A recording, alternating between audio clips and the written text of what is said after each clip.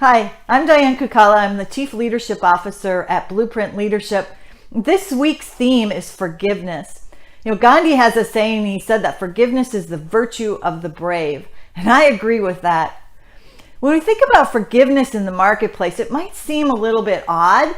I know at home we know we need to forgive because there are really important relationships that are at stake.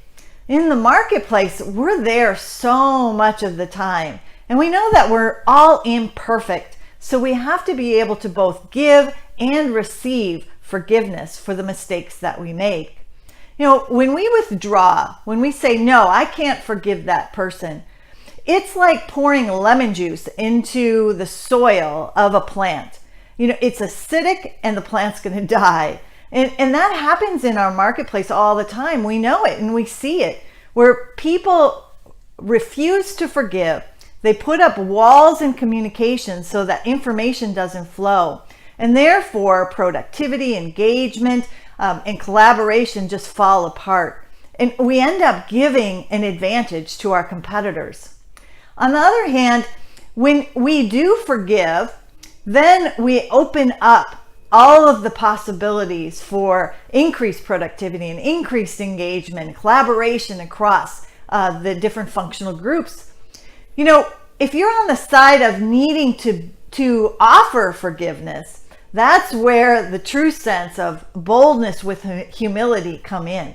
Because you have to be so courageous to take ownership, to apologize genuinely, and then to make change, to actually decide to do something different in your behavior that's more constructive and actually nurtures the soil of your culture.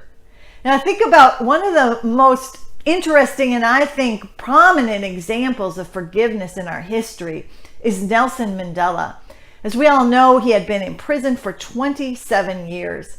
And when he came out and was elected president of South Africa, he actually invited his jailers and gave them a prominent place in his inauguration. That kind of example of forgiveness gives all of us hope and inspiration to, on the lesser things, be able to offer forgiveness. And in doing so, what ends up happening is we actually give ourselves freedom from the toxic or in the lemon juice in the soil of our own lives. And we create more joy, more freedom, more productivity, more creativity in ourselves.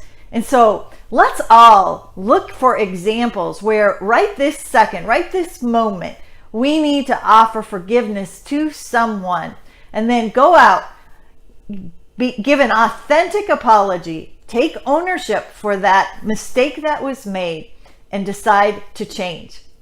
Thanks, leaders.